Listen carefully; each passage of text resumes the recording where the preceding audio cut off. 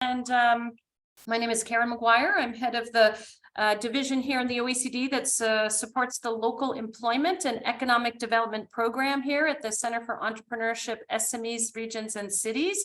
And we're very pleased to have this particular event because it is the 40th anniversary of this program here at the OECD, and it essentially was created because of the challenges in communities and their ability to be resilient in the face of different shocks. So in the early 80s, countries came together and said we needed to zoom in on what are some of the drivers and factors of resilience in communities so we can support them.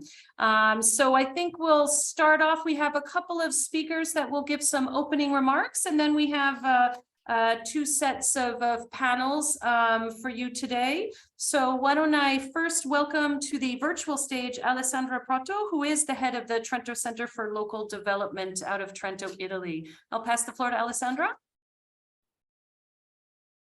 Thank you very much, Karen, and hello to everybody.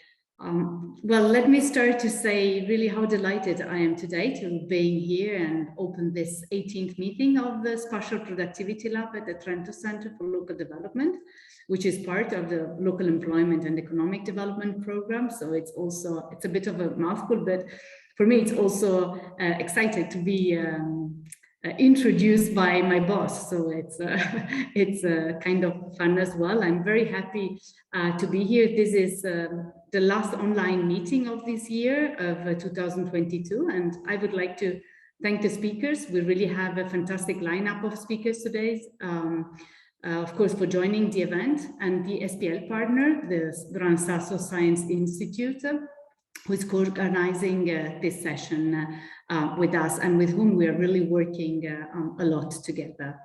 And of course, I also would like to thank the many participants who are connected and who I'm sure will interact with the speakers throughout the meeting. Just maybe a few words for those among us who are new to the SPL meetings. I would like briefly to introduce our activity. The OECD Spatial Productivity Lab, so we call it SPL, is actually a kind of dedicated research unit.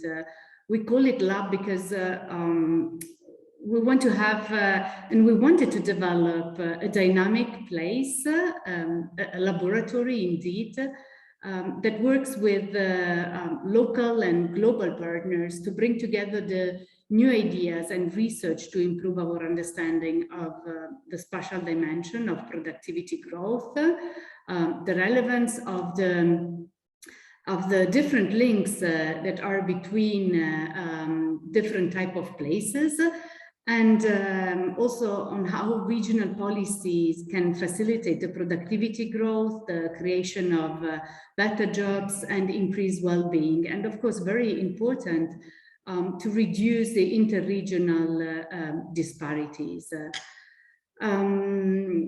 Today's meeting is devoted to the topic of productivity and resilience in regions and cities. We are trying to bring together these two different aspects.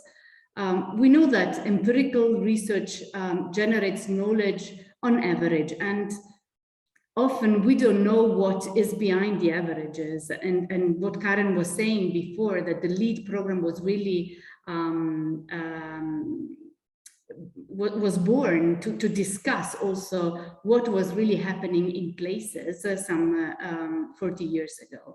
And to understand this better, we try to design today's meeting to look at both, on one side, studies and research, but also stories, to see what empirical research tells us, but also to try to understand what might be behind this research.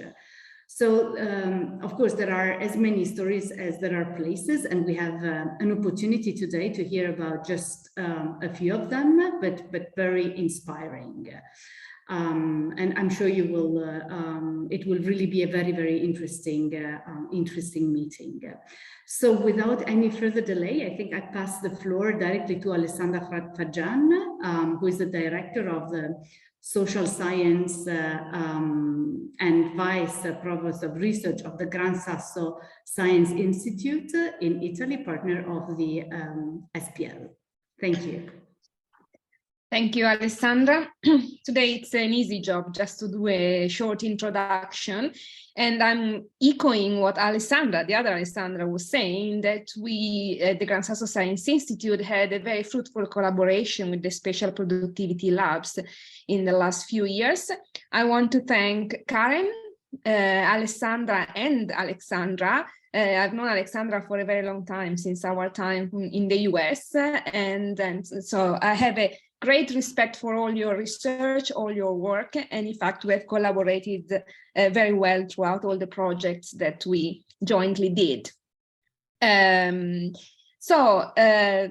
me just tell you a little bit about how we ended up co-organizing with this workshop. It all started with a project that we did jointly, in which we were kind of wondering what was a relationship, theoretically also, between resilience and productivity. We all know that resilience is not a new concept, but we also know that it's a controversial one, always controversial and often abused.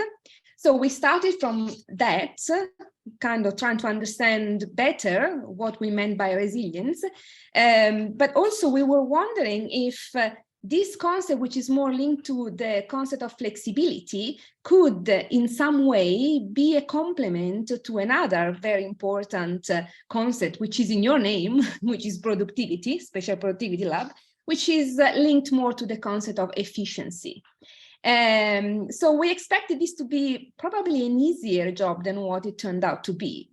And it was so complex that then we kind of got into it. And since we are a doctoral school, we now even have a PhD student working on this topic in her PhD, an entire PhD, trying to understand better both from a theoretical point of view, but also from an empirical point of view, with all the caveats that Alessandra was mentioning, such as, you know, we're working on averages, we don't know what lies behind all these numbers, but still, we are really digging deep into this to try and understand the phenomenon better. And so I'm very excited about this joint workshop. As Alessandra was saying, we do have very talented speakers, and so we are just looking forward to hearing what they have to say about this. Thank you very much to all of you. Thank you. Great. Thank you to both Alessandra and Alessandra. So I think now we'll just introduce really briefly then the two sets of panelists.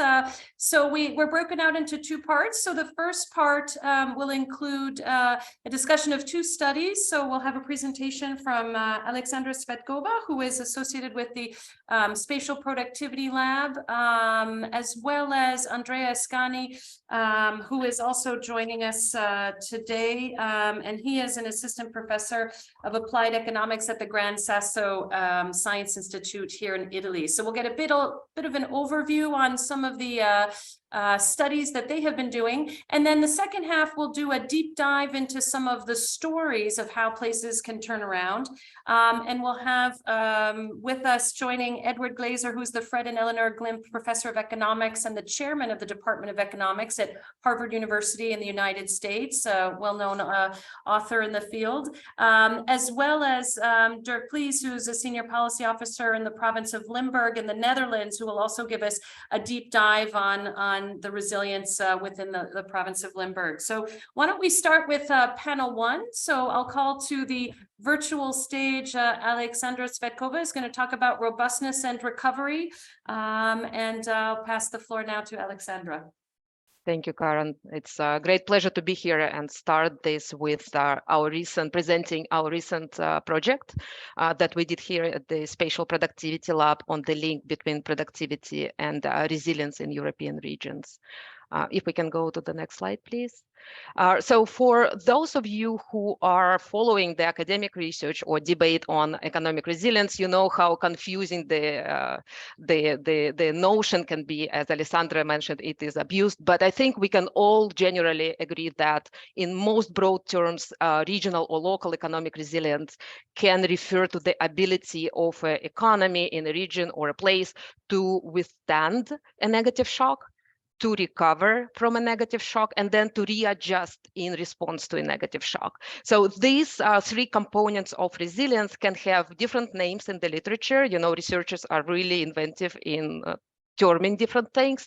But in my presentation, I will focus only on robustness and recovery. And then Andreas Kani, who will be speaking after me, he will take upon discussing the reorganization part or resilience from a evolutionary perspective. Next slide, please. So in my presentation, I would like to give you answers to three main questions, and my answers will be only partial, I have to confess here. So the first one is why resilience matters. The second one is which economic characteristics of a place are linked to future economic resilience during a crisis, and then what does it mean for policy? Next slide, please. So to start with the first question, why resilience matters, and here there is huge research behind it, and obviously, you know, it's good to be resilient and not affected by negative shocks, and maybe we are just giving some additional illustration of you know, this common thing that resilience matters. So what we found in looking at the data, and I will be discussing data in the next slide, is that resilience can safeguard places from slipping into a permanently lower path of employment performance. And I have to make a disclaimer here. When I talk about resilience, and our research looked at only employment kind of side of resilience. So we were looking at employment performance of places during the negative shocks. Next slide, please.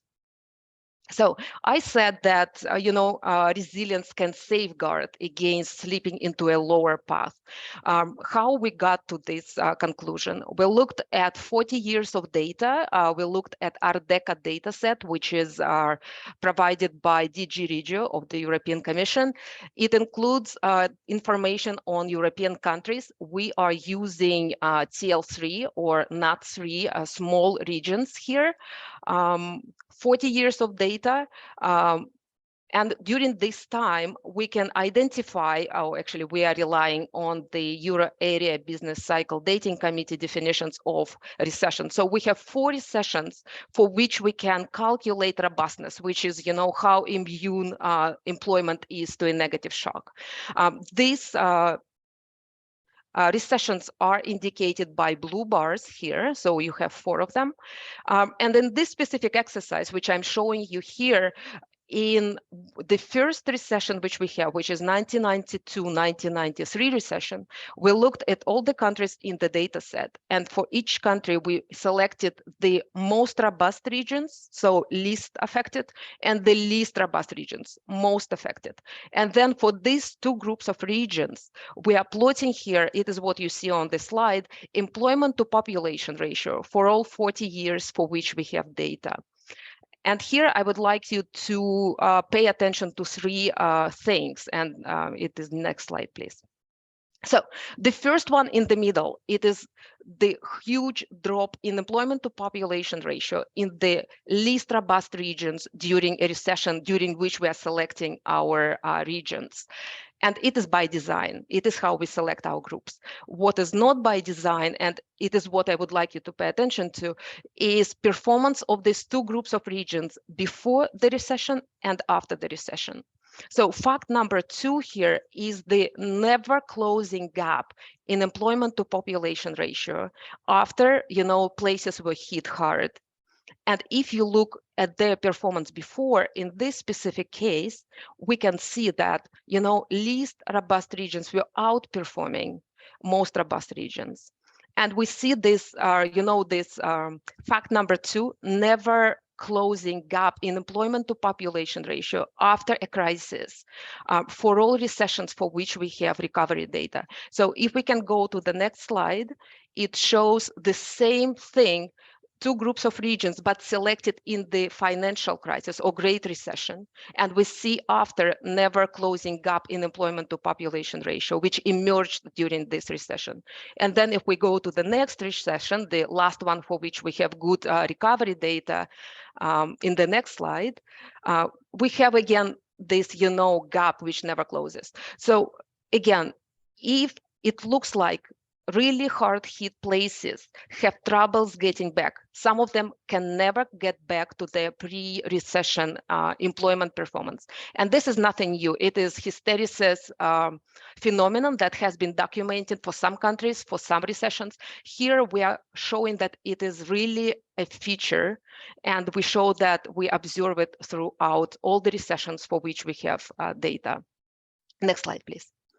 So my second question is, if the resilience is so important, are there economic characteristics of a place or a region that are linked to greater economic resilience?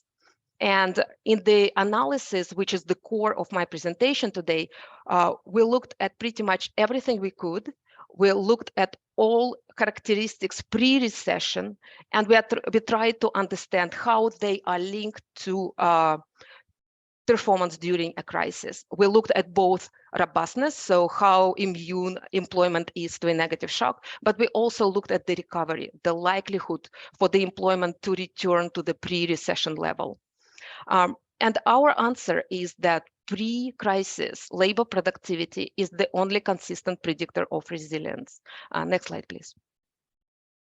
So here I'm showing some of the estimation results. So here I'm focusing on robustness, how much or how little places lost in terms of employment during a shock. My results are by recession separately, but they hold in panel data setting as well.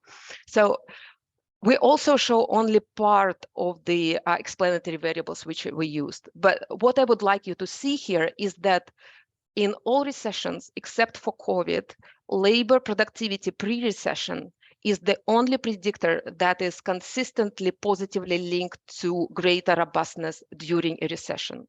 So more specifically, what we find is that each additional 1,000 euros in labor productivity pre-recession translates into 0.05 percentage points smaller difference in employment growth during a recession compared to employment growth pre-recession.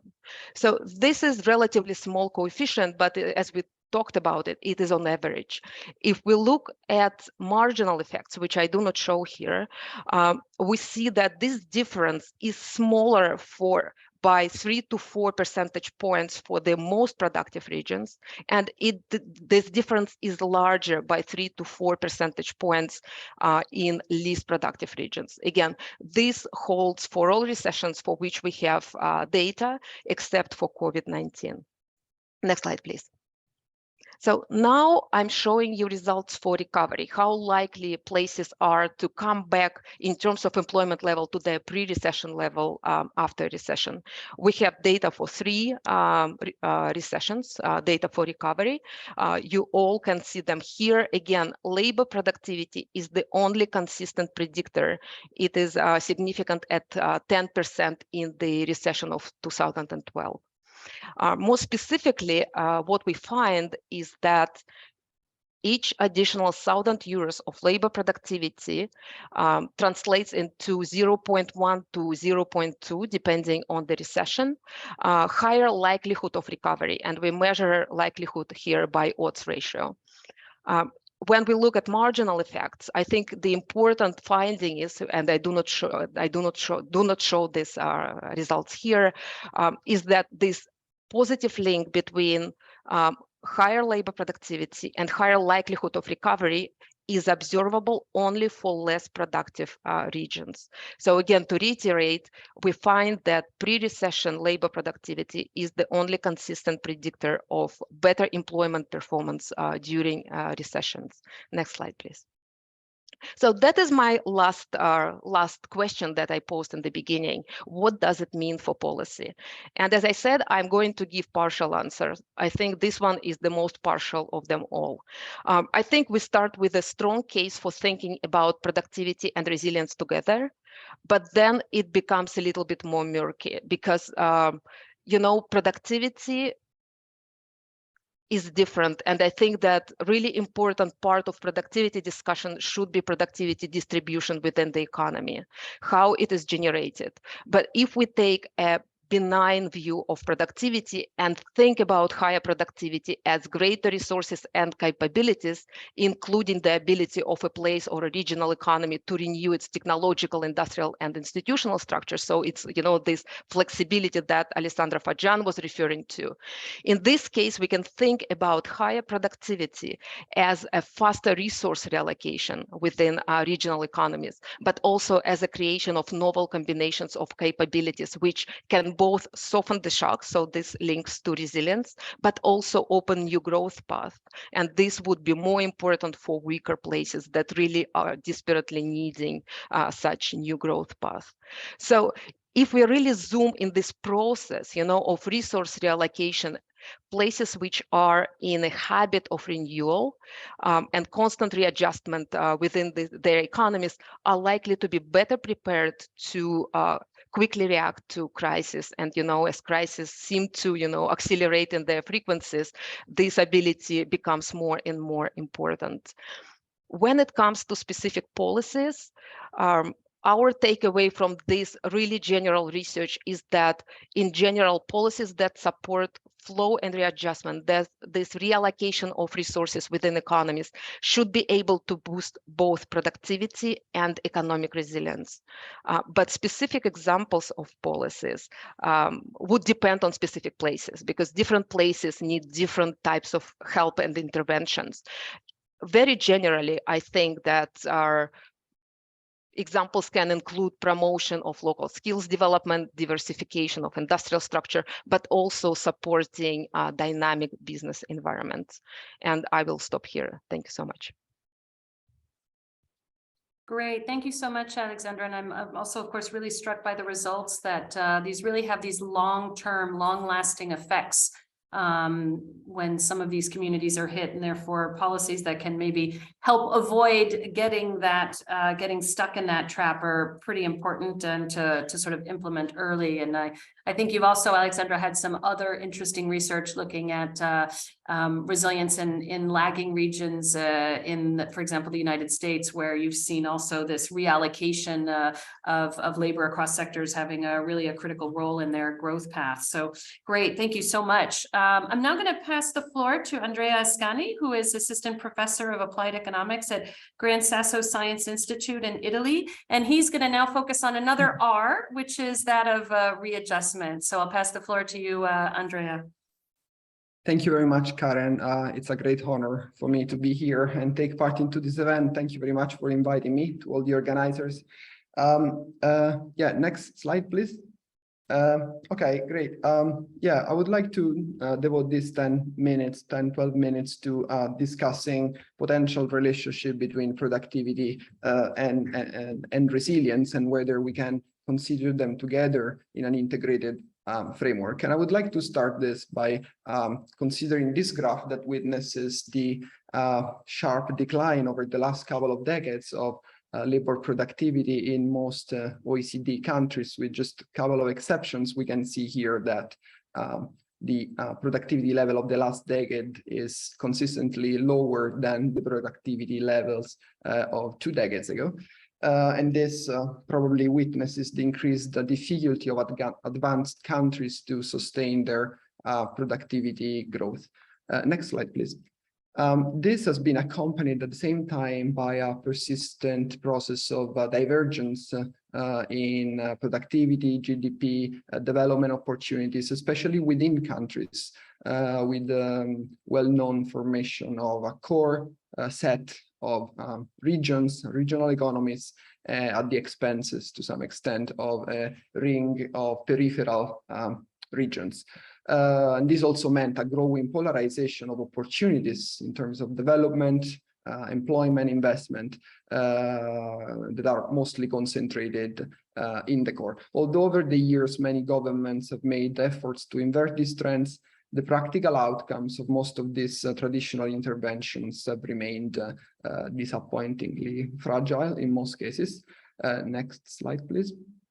And these regional vulnerabilities have become quite evident and relevant, especially in the wake of 2 major crises in the 21st century. I'm referring to the global financial crisis of 2008 and also the more recent pandemic-induced crisis. So in the wake of these recurrent shocks, the scholarly debate have reoriented from considering productivity in isolation as a measure of regional performance to a broader approach encompassing the concept of resilience. And in this perspective of resilience, I think what's really interesting is the evolutionary flavor of the concept.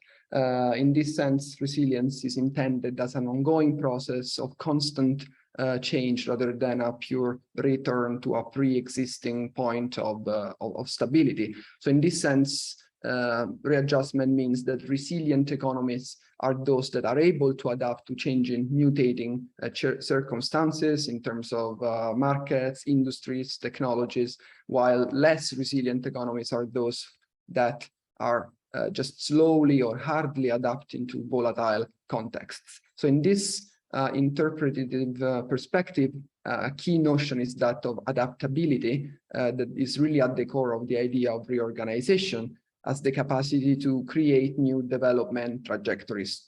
So for regions to bounce forward by generating new specializations in activities that were not before. So in this sense, creating new paths of development. And this is different from mere adaptation that instead is just employing existing resources to reproduce pre-existing local economic structures. So in this sense, by considering productivity and evolutionary resilience, recently at the GSSI, we're trying to come up with an integrated framework combining the two to understand whether this is possible and whether this is relevant from a policy perspective. Next slide, please.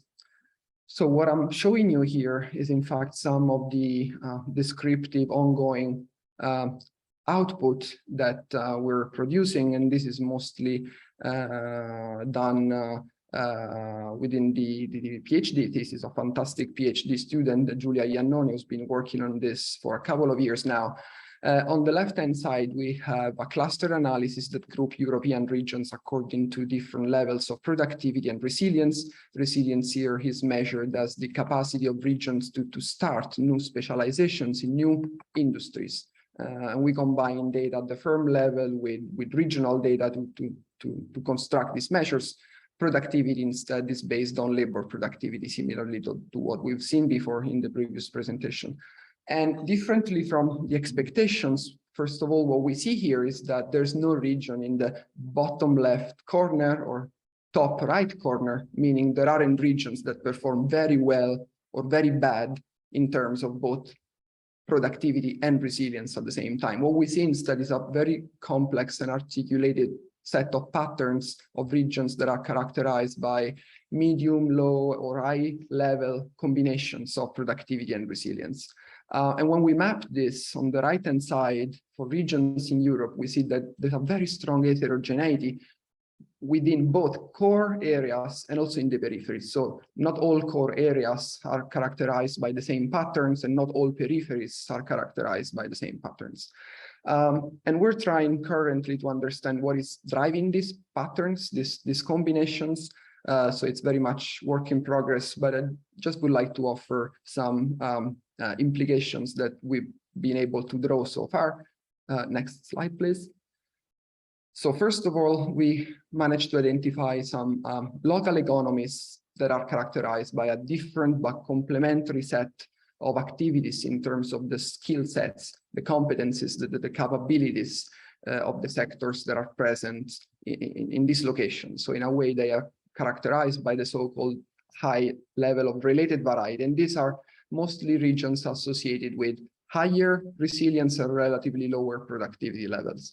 Then we have those that are probably performing relatively well in terms of both productivity and resilience. And these are characterized by strong level of related varieties of activities, but they also have a large set of unrelated sectors. So they also have a strong diversification opportunities. This is the case of some capital regions in Europe, but not only, such as Amsterdam, Ile-de-France, Stockholm, etc.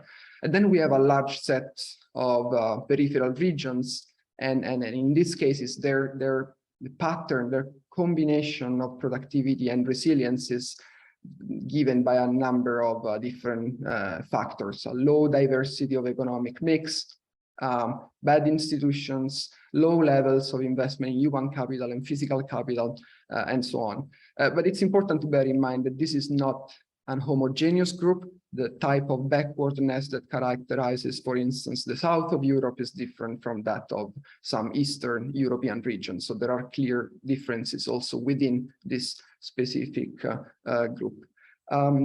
Next slide, please. So what do we learn? What are we learning from this? So first of all, that if we consider an evolutionary notion of resilience that look at the long term in terms of reorganization through the access of region into new trajectories of industry specialization, this can really become something at the core of a regional development theory and at the core of a policy approach for regional development. And this also opens questions such as, should the main aim be productivity or resilience, or is it possible to consider both at the same time, given what we're finding so far? So in terms of policy, policy strategies in this sense should target specific regional profiles. If there's something that connects these preliminary results to what we've been hearing so far, is that beyond averages, there are a lot of specificities. So these regional profiles are highly specific, and so probably policies should really target these specificities. For peripheral regions in particular, probably what's important is to retain labor, to increase labor force participation, to identify complementarities between local productive activities and what kind of new productive activities can be drawn into the region. And of course, enhance governance, improve accountability and transparency. In terms of policy, I just would like to devote the last couple of minutes to further considerations, because as scholars, practitioners, and researchers, we are passionate about recommending policy implications, but then not always this translates into real policies. So next slide, please.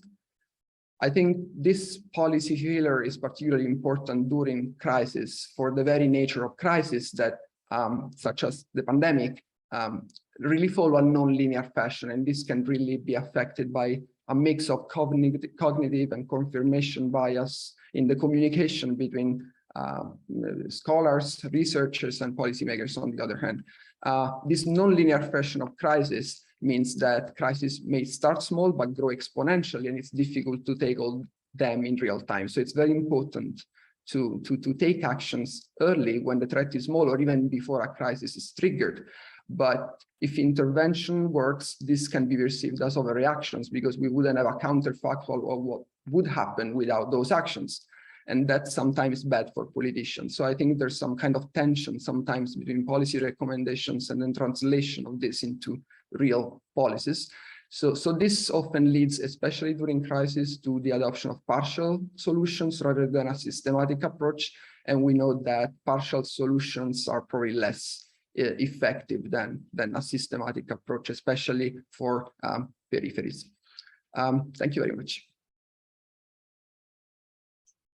Great, thank you so much, Andrea. I'm really struck by some of the findings, and in particular, this really interesting way of looking at regions, looking at both productivity and resilience, and also their degree of diversification. And it looks like what you're saying is these Jacobian externalities and some of these unrelated sectors and the combinations are contributing to this both resilience and productivity results. So thank you so much. I think what we can do is, in the interest of time, we can move on to the next panel, but I just want to flag that there are a number of really interesting questions for all of you that as we get towards the end, we can look at in terms of smart specialization, the implications there, the implications of globalization, whether some of these reports are published, and also be great if the speaker who's talking about the report in Ireland can also just put a link in there so we can all check out that study on the productivity differences between Ireland and Northern Ireland.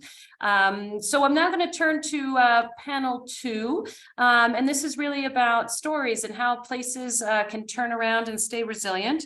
And we're going to call to the virtual stage Edward Glaser, the Fred and Eleanor Glenn Professor of Economics and the Chairman of the Department of Economics at Harvard University in the United States. And I think we'll be able to think a little bit about how the triumph of the city to the survival of the city has come to the fore. So thank you so much. Really appreciate you joining us, Professor Glaser, and look forward to your presentation. Thank you. I'm delighted to be here. Let me see if I can share my presentation. I think we've got it all up on the screen for you, Professor Glaser, and you just have to say next slide. Okay, next slide, please. So I'm going to talk a little bit about urban resilience. I think these are two images which sort of capture the essence of what we think of as resilience, this image of St. Paul's in London during the Blitz, and then, of course, the reinvention of London after World War II, after the very difficult days of the 1970s and deindustrialization. As a capital of the information age. Obviously, London is going through its current growing pains, and we have no idea what will be in the future, but it has been resilient for 1,000 years, and it will probably continue to be resilient going forward. Next slide, please. So we now have a long literature going back to Davis and Weinstein on resilience to physical shocks. Their paper, of course, was a very famous paper looking at the impact of bombing in Japanese cities in World War II, and finding that this bombing had almost no impact on the long-run outcomes of these cities. There is a rival literature on European bombing, which also finds no impact. The impact of natural disasters in the US appears to be, if anything, positive for short-run GDP growth. And so the physical damage seems to be something that cities can get through. That doesn't mean that there isn't tremendous hardship associated with that. And it's really important when you think about urban resilience to differentiate two types of resilience. One of which is, does the place come back, right? It does after some period of time. In the case of the Black Death, the work of Remy Jedwab and his co-authors suggests that cities came back after catastrophic human losses, although it perhaps took 200 years for them to come back. So these comebacks may be fairly long to evolve. But then there's also resilience to the short-run impact. Right. So a different type of resilience is asking, does the city suffer more from earthquakes or other forms of natural disasters? I think of Matt Kahn's 2005 Review of Economics and Statistics paper as being particularly germane to this, which reminds us that the impact of natural disasters is always and everywhere mediated by the strength of civil society at the moment in which the disaster hits. So better governments, more educated population means fewer deaths. And if you want sort of an illustration to keep in the back of your mind, just think of the parallel trends for Haiti and Chile when they were struck by earthquakes a decade ago, right? Both have equivalent earthquakes. The death toll in Haiti is horrendous. In Haiti is horrendous, perhaps over 100,000 people. The death toll in Chile is much milder. This reflects in part the strength of the government at the point of time. This will be true for plagues as well, and I'll just give an example of that going forward. We now have newer evidence suggesting that shocks to human capital seem to have a much longer term effect. So losing entrepreneurs during the influenza epidemic of 1919, the work of Robert Fluge tells us that seems to have larger long run impacts on outcomes. And so this leads to a mantra that I've had, which is really motivated by what I observed in terms of resilience to the deindustrializing shocks of the 70s and 80s, which is that attracting and retaining skills seems critical for long-run resilience. But that doesn't necessarily mean the same thing as protecting people from the short-run harm of, let's say, climate-related shocks. And for me, like the part of the sort of resilience puzzle that I understand least is how to protect the cities of the developing world, where resources are limited, where sea levels are rising, where vulnerability is extreme, how to protect those cities from climate-related disaster. That strikes me as if I were sort of putting things way up there on the research and policy agenda, that would be it. Next, please. So we have just been through a form of shock that's has felt, unlike anything that we've experienced in our lifetime before. But of course, plague is not a newcomer to urban civilization. We've had well-documented urban plagues for 2,400 years since the plague of Athens in 430 BCE. The backstory for that, of course, is perhaps in many ways one of the greatest urban successes of all time, 5th century Athens, a place in which genius was connected by urban proximity, and amazing things were happening as brilliant people connected with each other in the arts, in philosophy, in in architecture, in drama. Democracy itself was being formed. It was a military powerhouse. It was an economic powerhouse. The very success of Athens then led to the rivalry of its land-based military competitor, Sparta. Sparta demanded that Athens step down from its leadership of the Delian League. The leader of the Athenian democracy, Pericles, who was not a man to step down, said no, and the Peloponnesian War was on. Pericles' military strategy was to summon the Athenians and their Attic allies behind the walls of Athens and trust to those walls to keep out the Spartan warriors, the hoplites, and send out the vastly superior Athenian navy to harass the coastline of the Peloponnese. This strategy worked militarily. The walls did indeed keep the warriors out, but it made Athens vulnerable to plague. And some form of disease, we're still not sure what, entered in through Athens' port of Piraeus. Cities are vulnerable to pandemic for two reasons, one of which is they are the nodes on our global lattice of travel and trade. They are the ports of entry for goods, for people, for ideas, and for viruses. And so it was in Athens in 430 BCE.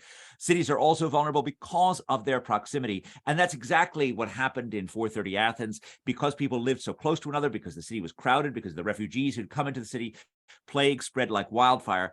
Thucydides describes a city that has gone amok, in which people live only for the day because they do not expect to see tomorrow. Now, Athens survives despite losing perhaps 1/4 of its population. It soldiers on.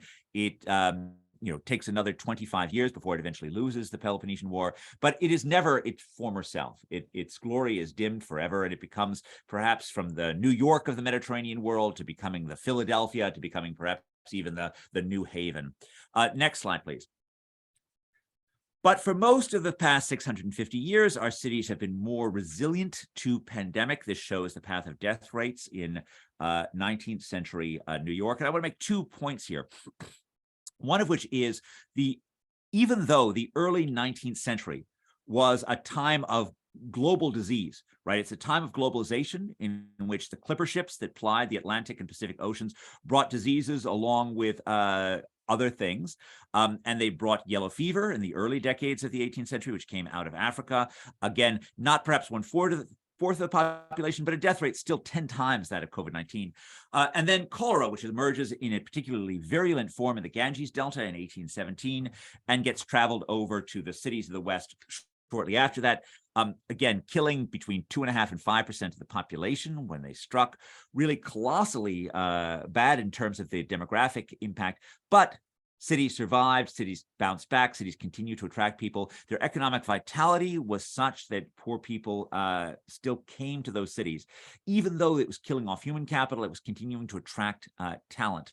Now, cities then made themselves more robust in a second way, apart from their economic engines, by investing in infrastructure and institutions which protected themselves. And I want to make 2 points here. One of which was the infrastructure expenditures were enormous. America's cities and towns were spending as much on clean water at the start of the 20th century as our federal government was spending on everything except for the post office and the army. This is the kind of expenditure it took then. It may well be that we should be considering similar types of expenditure now to make ourselves protected against disease in the future, and perhaps also against climate change. The second point is that we required not only infrastructure, but also institutions. You will notice on this graph that the Croton Aqueduct opened in 1842. New York continued to have cholera outbreaks for 25 years after that point. My own great-great-great-grandfather died in this one, the 1849 cholera outbreak. It's not until you have 1866 and the Board of Health, which starts imposing Pigouvian taxes on owners who do not connect to the water system, that the level of disease comes down, right? This is a similar point that shows up over and over again in dealing with the negative externalities of urban life, that in fact, infrastructure is not enough. You also need, you need not just to build roads, you need to have congestion pricing on those roads. And it's the same thing with disease, and it's the same thing with climate change, right? The last time I was in Manila, they were covering the story of people who had died because their area had been flooded. The reason for that is that area was illegal to move into, but no one was actually enforcing the rules. Next, please. Now, I want to just end by talking about resilience to the great economic shocks of the 1970s. These are 2 iconic images from my youth. The bottom image shows the headlines of the Daily News.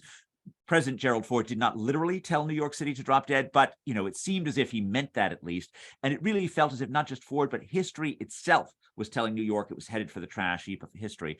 And you can see above there the image of Jimmy Carter wandering through the wasteland that had become the South Bronx, in which it really seemed as if the once proud towers were headed for the trash heap of urban life, and the city had nothing to look forward to. Next, please. The backstory for this was that all of America's older, colder cities, like the cities of Birmingham and Liverpool, had grown great as being nodes of a great transportation network. They had been places of industrial growth precisely because they had access to rail yards, precisely because they had access to ports, and those erstwhile transportation advantages had become largely irrelevant as transportation costs plummeted during the 20th century. This shows the greater than 90% decline in the cost of moving a ton a mile by rail in real values over the course of the 20th century. Next, please. And so these changes in transportation technology both enabled factories to relocate to lower cost locales, first in the suburbs, then in right to work states in the American South, then across oceans to lower cost locations, but also transportation cost changes caused Americans and Europeans by the millions to relocate from dense urban corridors where they primary mode of movement was their feet and was rail lines, to car-based living on the edge of urban areas, and to new cities like Phoenix and Los Angeles that were built entirely around the car. Next, please. One way to see this is what declining transportation costs enabled was that cities could move from places where producers had a productive advantage because of access to things like ports and coal mines to places where people wanted to live. And it's an odd fact that the variable which best predicts metropolitan area growth over the past 120 years is January temperature. Warmer temperature, which also involves having relatively pro-business policies and having relatively pro-housing policies, was in part an attractor just because people wanted milder temperatures. And so you have the rise of the consumer city, which again bedeviled the older, colder cities in the Midwest and the Northeast. And this fact is true within pretty much all of the wealthy world, right? The south of England thrives, the north of England suffers, and so forth. Next, please. And so cheap transportation killed off urban industries like the garment trade in New York. The largest industrial cluster in the United States in the 1950s was not automobile production in Detroit, it was garment production in New York. And it was clobbered by declining transportation costs and the move to lower cost locales. Next, please. And this is what happened to the population of the 10 largest cities in the US in 1950. And these are central cities, these are not metropolitan areas, but only New York and Los Angeles gained population. Every other one declined by at least 20%. And the really catastrophic cases, Cleveland, Detroit, St. Louis declined by 48% or more. Next, please. So an enormous hollowing out. Now, one of the things that cities did, which was a mistake, was to try and reinvent themselves by the use of physical infrastructure. This was an incredibly foolish thing. The Detroit People Mover monorail, which, as you can see, glides over essentially empty streets, right? This is one of the largest mistakes that cities have made, which is thinking that, a declining city needs new structures, it needs new physical investment. You can get around Detroit really easily on the streets. You don't need a monorail to go above the city streets. What Detroit needed was investing in people. It needed human capital. It needed safe streets and better schools, not a monorail. Next, please. Now, there were cities that came back. Seattle and Boston, New York. And their primary characteristic is they came back because of skills, right? There's a billboard that was put on the highway leaving Seattle in 1971 asking the last person to leave the city to please turn out the lights. Because just as no one could imagine a Detroit with a smaller General Motors, no one could imagine a Seattle with a smaller Boeing. And Boeing was cutting back on employment. This was before Amazon, before Microsoft, before Costco, before Starbucks. Next, please. Now, what makes the difference between Seattle and Detroit? It's just skills, right? More than 50% of Seattle's adults have college degrees. 1 in 8 of Detroit's adults have college degrees. It's not that Detroit wasn't skilled in 1970, it was, but the skills were very specific. They were specific to automobile lines. They were specific to one particular task, and they were notably bad at retooling themselves when the city went awry. Right? It was the general human capital of Seattle that made the city able to reinvent itself. Here you can just see the relationship between skills and per capita GDP. This is human capital externalities. The basic fact documented by Enrico Moretti and many others is that as the share of adults in a metropolitan area goes up by about 10%, individuals' earnings go up also by 10%, holding their own years of schooling constant. These are the spillovers from skills. Next, please. Skills also predict growth. So this is, I'm just sorting counties in 2000. The population growth in the most skilled areas is vastly higher than the least skilled areas. Next, please. And you see skills related to this growth of urban knowledge industries. What happened, and this is, I believe, the crucial today when we think about the rise of Zoom, was that in fact, all of these electronic modes of communication did not make face-to-face communication obsolete. What they did is they radically increased the returns to being smart. They radically increased the returns to skill. And we are a social species that gets smart by being around other smart people. That's why companies like Google, which you would have thought could have sent people home, bought the Googleplex. They brought people together because they realized that's how innovation works.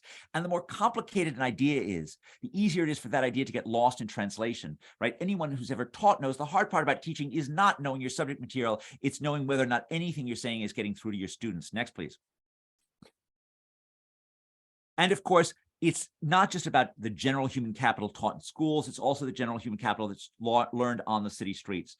What Alfred Marshall, the great English economist, was talking about 150 years ago when he wrote that in dense clusters, the mysteries of the trade become no mystery, but are, as it were, in the air. And I can't think of any mystery that is more crucial for the long-run resilience of cities than the talent and inclination to be an entrepreneur.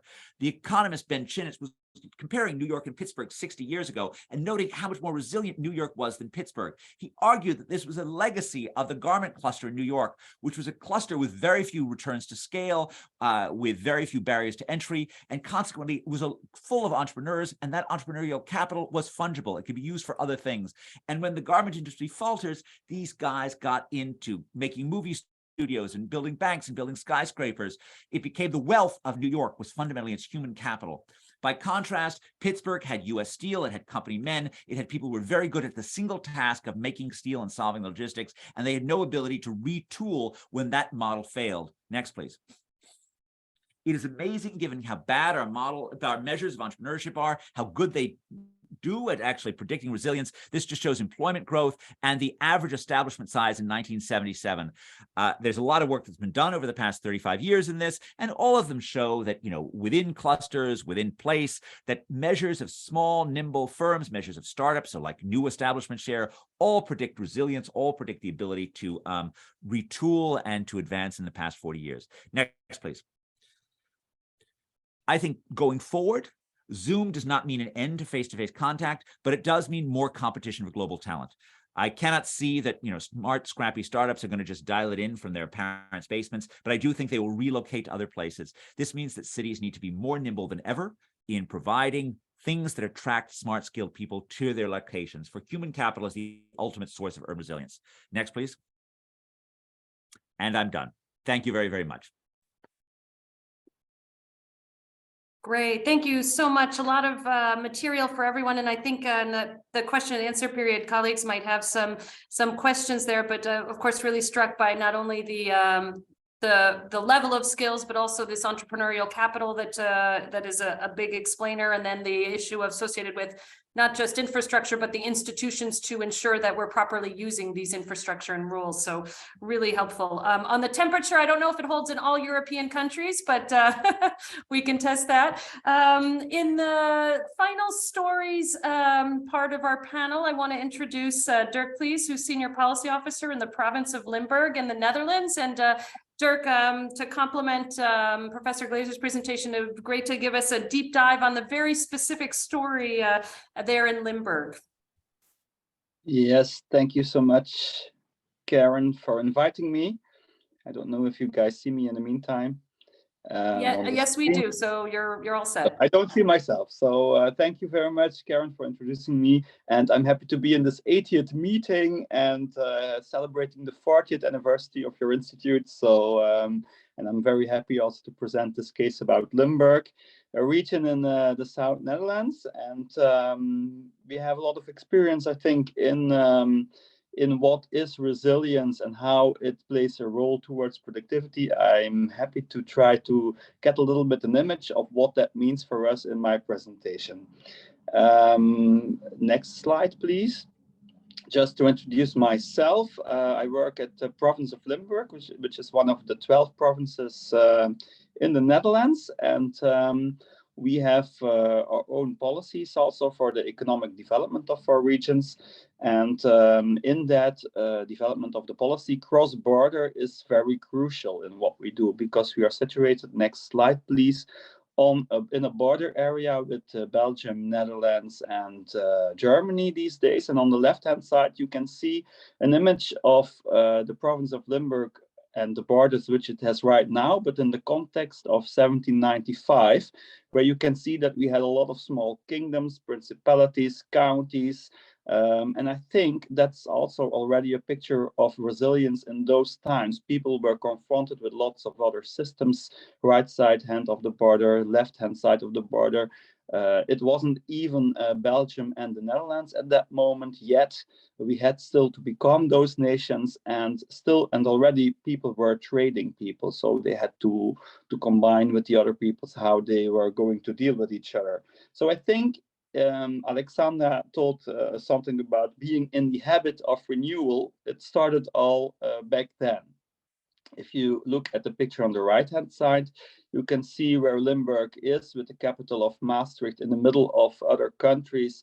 On the right-hand side, you can see North Rhine-Westphalia in Germany, and on the left-hand side, it's Belgium with Flanders and Wallonia surrounding us.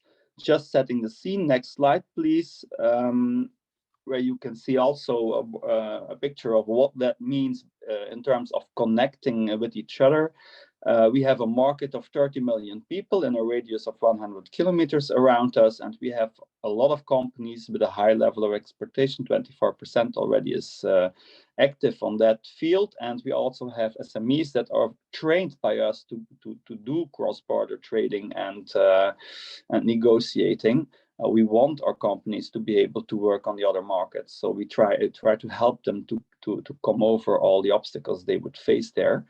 And within a range of 20-25 kilometers from Maastricht, we also have a lot of knowledge. We have 5 universities. We have more than 100,000 students in our area.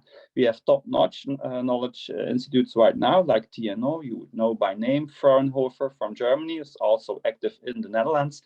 IMEC from Leuven. And we have more than 10,000 cross-border workers who go back and forth from the Netherlands, Germany, and Belgium every day. And in the right-hand picture on that slide, you can see what that means for connecting all the dots. And that's the basis of our policy development in these days. Next slide, please. When I go back into history, and that's also interesting for this thematics of productivity and resilience, in the first part of this slide, this is the history of what we have been doing since the 60s until the Millies.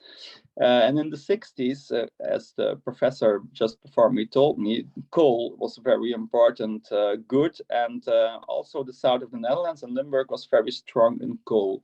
We were an important coal mining area in Europe, and our productivity, our welfare came from coal. Also, cross-border working was already very much at that moment. You would think, oh, it's in the 60s, but people in our area were used to get over the border also to work in the coal mines.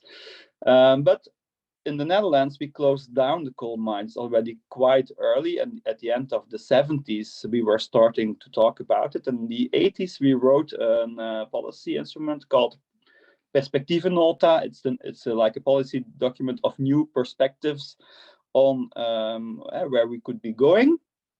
And we developed new areas in which we were going to work because the coal mines had to close down. And those new areas were touristic areas, first of all. So we developed already a skiing slope on an ex-coal mine site. We developed a zoo, which wasn't there yet, to attract people. We developed also tourism in the south of Limburg because we are the most hilly part of the Netherlands, with 300 meters as the highest top of the Netherlands. And so we developed a touristic product, which became the second product of the Netherlands after the city of Amsterdam, which attracts a lot of people, obviously, every year. So Limburg as a touristic product at that time in the 80s, but also to keep work inside the province, the Ministry of Finance opened a department of the Ministry of Finance in the south of Limburg to also create work in our region. And also the national service point for pensions was also installed in the south of the Netherlands. So everything which has to do with pensions until today is in the south of the Netherlands in Limburg. That was the second step which we had to undertake, and also which meant something for our resilience and to keep up also productivity and industry going in the south of the Netherlands. And then in the 90s, there was something else invented by Europe called the Interreg subsidies, interregional funding, to get also acquainted with your neighbors, to see what they were doing, to get connected. And in those periods, the Interreg 1 and 2 periods, we also got a lot of money to get connected with our neighbors. And I think it was fundamental for where we are today, to get to know each other, to get first basis constructions done with neighboring countries. But still, in the Nillies, the central government in The Hague wasn't satisfied with the development in Limburg, and they challenged us with the acceleration agendas. They asked us to accelerate our economic development. And we have chosen at that moment in an agenda called the Acceleration Agenda 2005 for 5 fundamental sectors that were strong in Limburg and that had potential of further development. Next slide, please. And a crucial element in that development was also 2009, where the law forced us to sell our energy shares in Essent to the German company called RWE, and we obtained 1.6 billion euros by doing that sale. This was a game changer. I don't have to tell you that. A lot of money came into the provincial account, and we used that money to start new policy making, and we invested that money in new ways. We went from subsidizing to investing. We gave loans. We wanted also part of our money back. We asked return on investment. We created triple helix ecosystems. We started with planning those, and we came up with the name Brightlands. That was something which started in 2012. On the bottom, you can see some nice pictures also of infrastructural constructions, which we've set down also to mark the landscape with innovation, because that was the core of Brightlands. The subtitle is Knowledge Crossing Borders, but it's actually a triple helix environment which we created on 4 sides. On the little map on the right-hand side, you can see in the north of Limburg, Venlo, where we also created these triple helix systems with cross-border partners. BASF, as a big German company, is involved in that one. And we have in the south 3 other developments around Heerlen, Maastricht, and Sittard-Geleen. Next slide, please.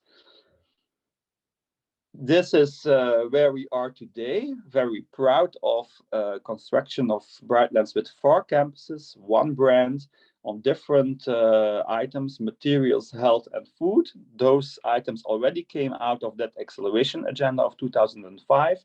And today, after 10 years of Brightlands, they have really emerged. And I think they have given Limburg on the productivity scale a very nice innovation position also in Europe.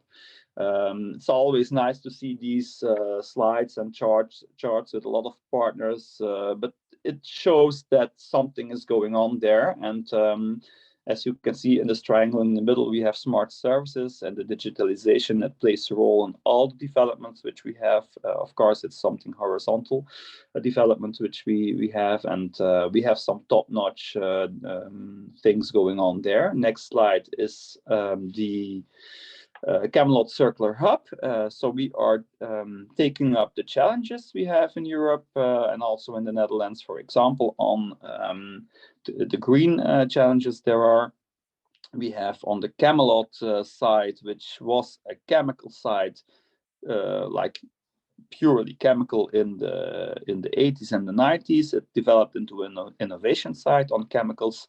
during the years between 2012 and now. And since 2021, we are also focusing on more on innovation, also on the plastic waste. And we are trying to set there a good example. We are trying to make an agenda to share our solutions with other partners in Europe, also with institutions like OECD, to show that Limburg is this innovation system that works. Next slide, please.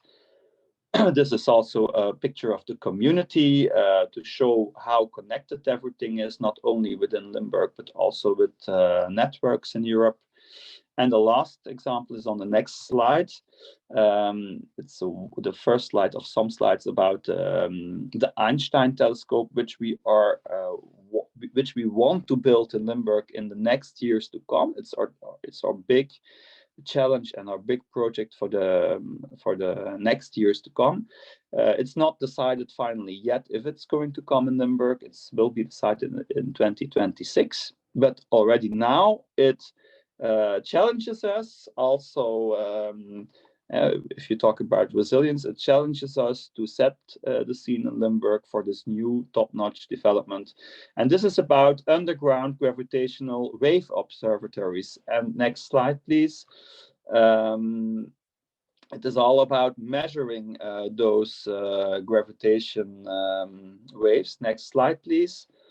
For example, if you want to do this, if you want to construct the Einstein telescope, it would mean that you would get structurally 1,500 extra jobs in Limburg and the cross-border area, and that every euro you invest in this development would give 3 to 4 euros to the economy, also in the cross-border area. So you can imagine that the countries like Belgium and Germany are very much interested in what we are going to create there. Next slide, please. That this is an example of what does that mean? What can you do with this gravitational wave research? We can see on growing human bones. What does that mean with this technology? You can also monitor earthquakes. So there's a lot of interesting applications you can get with the Einstein telescope. And the next slide is showing us that we've already started. We have implemented the ET Pathfinder.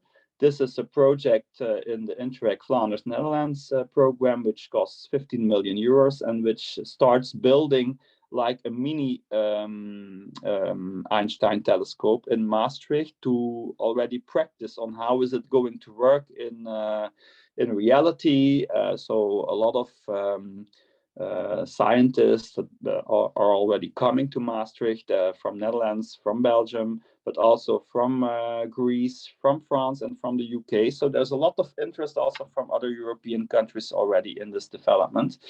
And the next slide is another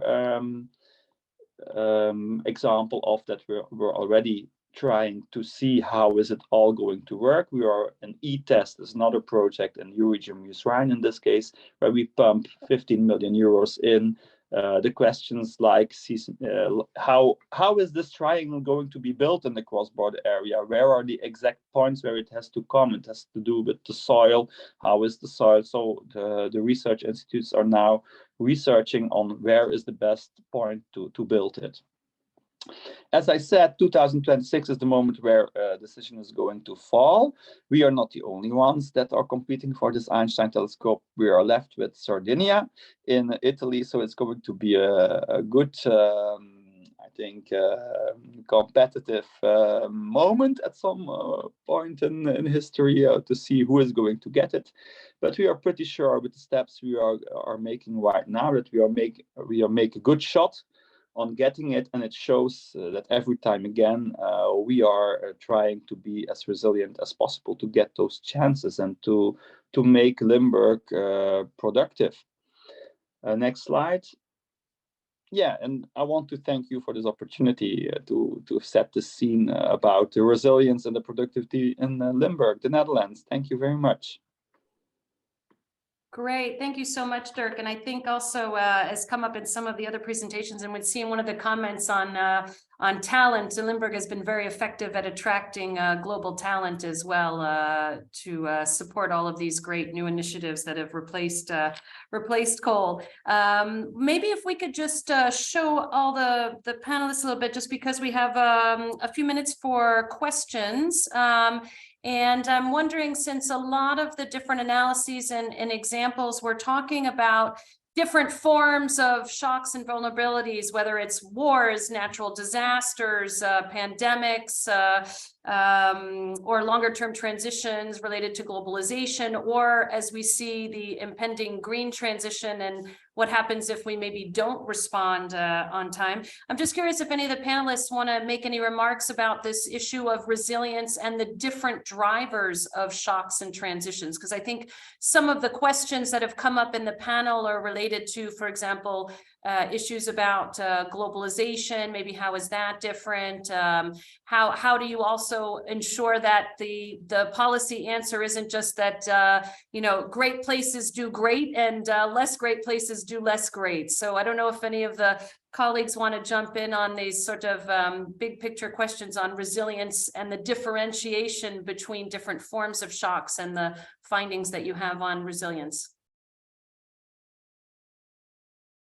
I can say something if you want. The short run protections are very different. The nature of the shock really matters for what you want to do to protect against it. What you need to do to protect against flooding is just a very different thing than what you need to do to protect against disease, right? And all that requires specialized expertise, engineering, medical help. The long run resilience is always about human capital. Right? It doesn't matter what the short run shock was. The important question is, are you attracting, retaining, educating skilled people who can reinvent your city? It doesn't matter what the shock is. You probably need to get rid of the shock in order to retain those skilled people. I mean, if you still have a plague, you're going to have trouble keeping people there. But it's basically about delivering an environment which is, both in terms of its legalities and in terms of quality of life, a place where skilled people want to be. And by legalities, I just mean an atmosphere that empowers entrepreneurship, empowers skilled acquisition, empowers and doesn't punish your most skilled and most productive people. If I may, I have to agree with Professor Glaser on what he's saying, because if I reflect on my case, I see that those skilled people have come to Limburg through the developments which we have made possible by Brightlands, also by this Einstein telescope. It attracts people to come to the region. So I recognize it as a very important element. Great. Any other comments, Alexandra, Andrea? Yeah, I would like to jump.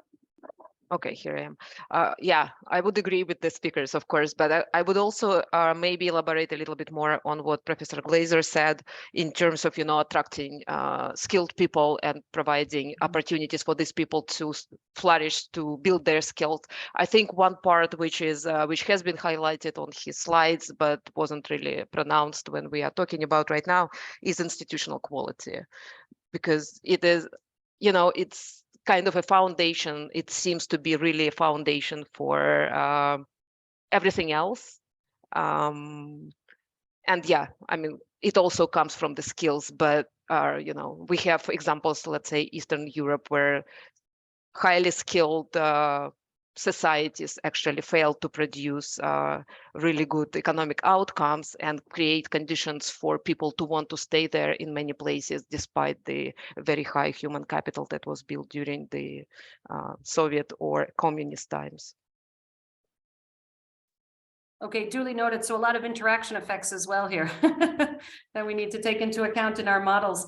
I'm just looking at, I think we have time for another couple of questions here. So I don't know if any of the speakers, in looking at the questions, wanted to jump in on any in particular. There are some questions about globalization and whether that has more permanently weakened some regions, the impacts there. There are some questions about entrepreneurship and the fact that some crises really hit small firms, and how can they respond there? Some questions about sort of innovation systems and the European approach to smart specialization, which is about sort of building on your strengths, but also strategic diversification into other related industries. Anyone want to jump in on any of the questions we see on the chat live for our audience? Yeah, thanks, Karen. Yeah, I think I attempted to answer the point about globalization by saying that, well, it really depends. Globalization offers both opportunities and risks. I think the question was about whether it's an opportunity to bounce forward and gaining new specializations. Well, it probably is, but it really depends on at what stage of the global value chains regions manage to enter. And if that matches the local sets of skills and competencies.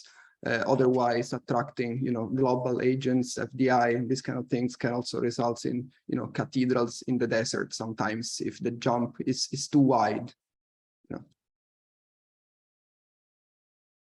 So I can respond to a couple. There was one that I seem to have screwed up in terms of the response, which was, how do I know it isn't skilled people coming to growing areas rather than the reverse? We have a long literature on this, using things like the presence of a land-grant college prior to 1940, using the presence of 19th century human capital variables, 19th century religious variables. All of these things predict growth in a way that's not, seems to suggest the causality runs primarily from skills to growth rather than the reverse. Moreover, early 20th century urban growth was not particularly skill intensive. During that period, during the heyday of the industrial city, right, Detroit's growth was not about formal schooling. It was about the presence of, large factories, which managed to make Detroit incredibly productive. The second point in the chat room that I want to respond to is think about large firms versus small firms. I've got nothing wrong with large firms. There are lots of times in which large firms are the right answer. I am not in any sense pushing back on that. But they do seem to have slightly different things when it comes to adapting to new changes, which is that in a large firm, by definition, you have fewer CEOs and more people who are below the CEO who are figuring out how to make the thing work, right? That is a perfectly fine thing when that current model works well. What small firms have are lots of CEOs, lots of people who are skilled in thinking about where should their business go. That means that if any one of them goes wrong or if conditions change, you have more people who are good at thinking about steering their ships in different ways. And so it's not as if big is good, small is bad, but small firms give you this reservoir of entrepreneurial human capital that is just very helpful in adapting. And I think one of the sort of messages for this is just, you don't want to think in terms of local economic development strategy as being entirely oriented towards attracting one whale. You want to create the conditions so that if you do have a whale, you can have new firms that create an ecosystem around there, and you want to make it really easy for new firms to begin. You want to sort of treat your entrepreneurs as a crucial asset that you want to enable that to grow and to just become sort of part of the landscape of your city. Excellent. Thank you so much. And actually that point about the sort of whale hunting, we had Clinton County in Ohio that had gone through, I think, the biggest mass layoff in the US at the time of the global financial crisis. And they were speaking at one of our webinars a few weeks ago, talking about how actually maybe local economic development professionals need to embed this sort of resiliency approach in their economic development efforts, which had traditionally been about sort of chasing these big whales, no Moby Dick analogy there, but and not maybe enough on the entrepreneurial ecosystem to respond in the event of changes. So exactly the experiences we're hearing about. I think we're coming towards a close to our session here. So I'd like to now turn to Andrew Patterson, who's a senior counselor of the Center for Entrepreneurship, SMEs, Regions, and Cities, who will be giving some closing remarks to this really dynamic session. Pass the floor now to Andrew. Thank you, Karen, and thank you to all of our speakers and participants today for joining in. We had some really good questions as well as some really excellent presentations. Now is, of course, exactly the right time to be talking about resilience. It certainly feels like today we stand at the intersection of two pretty unprecedented crises. We're coming to what we hope to be the tail end of the COVID-19 pandemic and the enormous shock that that's brought us. But we are also at the foothills of another crisis, of the cost of livings crisis, which has been unleashed by Russia's war on Ukraine. And many cities and places are having to deal with a new normal of higher costs and higher interest rates as well, which is going to constrain investment going forward. So we are in overlapping crises, and it's the right time to be talking about resilience. As Alexandra mentioned, we sometimes do need to remind ourselves on why that matters, why it matters so much for places, but also why it matters so much for people, as Professor Glaser made so clear. I mean, for me, one of the biggest leaps in the literature on this topic over the last decade or so has been work to track the outcomes on individuals who live in places, people who've been affected very closely, very directly by these kinds of shocks. And we see those people having not just impaired employment prospects, but impaired earnings prospects for up to a decade after the shock that's hit. We also see effects on people just joining the labour market during periods of shocks. We see young people just joining the labour market, again, suffering from impaired earnings during a shock period. But we also see longer term effects in terms of their life satisfaction, their health, and their propensity indeed to commit crime later in life as well. There's lots more wider ramifications to economic failure than sometimes we appreciate. So it's those effects that we really must seek to avoid. And as Alexandra again highlighted, and Andrea too in his presentation, we see this long-term effect in the spatial data. A decade after the great financial crisis, many of the regions had yet to recover still, and then they were hit by the great COVID crisis that followed. As Professor Glaser reminded us, the long-term scars of deindustrialization are still worn by many places 50 years on. So the longevity of these effects is huge. We know that these kinds of shocks fall on the most vulnerable, hardest, most vulnerable places, the weakest places, and the weakest people in terms of their earnings and capacity to deal with them. I think that was clear again from Andrea's presentation and Alexandra's too, that actually the high productivity places are the ones that are better protected, and the low productivity struggling places are the ones that will be hit repeatedly again and again. And that certainly reflects my own experience. I remember working on resilience, spatial resilience in the UK Treasury when we were just looking at the beginnings of the great financial crisis back in the 06, 07, 08. And we were debating, we had a similar debate to the one today about kind of which kind of places were going to be most hit. And of course, everyone pointed to financial capitals because it was a financial crisis. The big cities, the big finance centers would be the ones that lost the jobs. That wasn't the case, that wasn't the case at all. It was the weaker areas of the UK, and it was the weaker areas across Europe that really bore the brunt. In fact, across Europe, it unraveled a process of regional convergence that had been going on for many years, of the lagging places catching up to the leading places. Again, a very serious impact for those least able to bear the costs of that crisis. What lies ahead is perhaps even more scaring, I think, for some of these places, some of the places that are least resilient at the moment. I mean, they're places that will really struggle with the energy price crunch. We know that non-metro areas have a 35% higher risk of energy poverty. That's a really massive scare for those kinds of weaker places. And the net zero transition as well, where we know that a lot of the energy intensive sectors and the ones that most need to transition from high carbon activities are in the weakest places, and that will challenge them to put in place the kinds of measures that we talked about today to build resilience and protect their populations against those changes. We should also mention demographic shifts. I mean, massive implications already. Many areas, and I saw the question in the chat about Northern Ireland. That's one of those areas that loses its skilled population very, very quickly.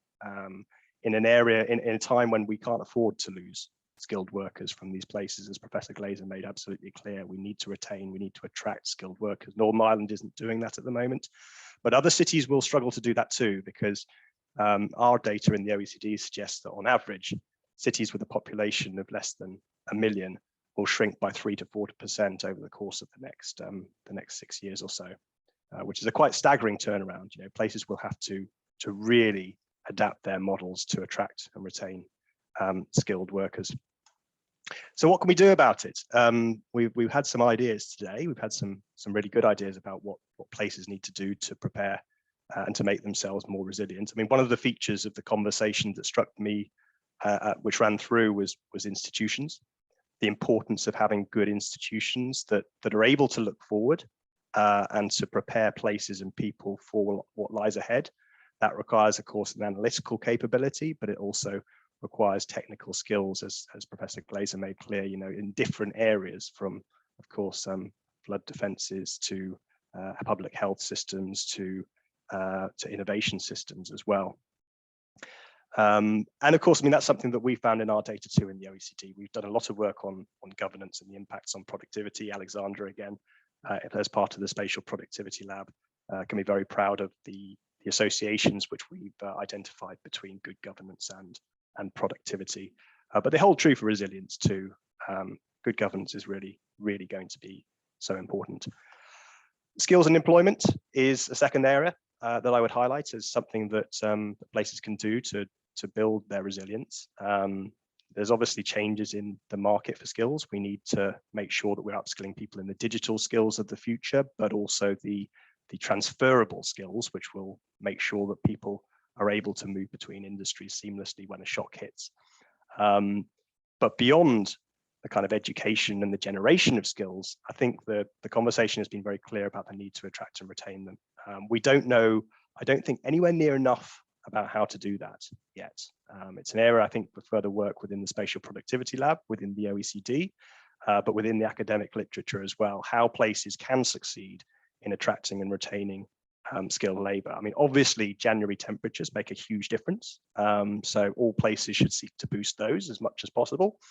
But beyond that, you know, we've got a few ideas here. We know, of course, places need to look to their urban amenities. We've got some examples from Dirk about the zoo and the ski slope and the tourist offer that they've been developing. That all sounds very promising in a way that monorails probably aren't, from Professor Glaser's experience and example.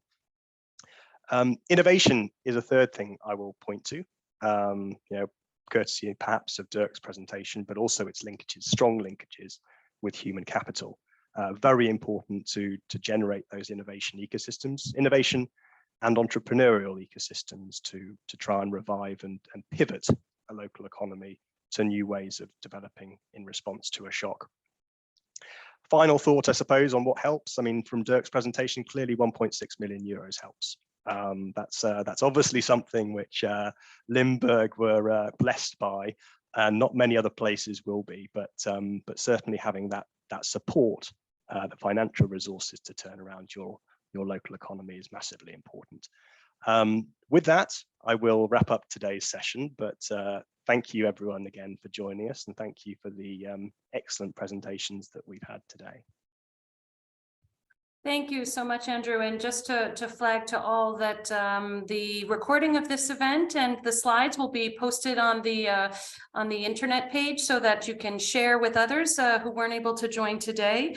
I think we have also a nice little holiday card wishing you all a happy and healthy 2023, when hopefully we will also have, of course, an exciting new program of Spatial Productivity Lab events, and also just to flag as we think about some of these transitions and shocks that the next flagship on job creation and local economic development will be looking at how to think about the green transition with a real strong focus on the skills to do that, so that places can be resilient in light of the greening of our economies.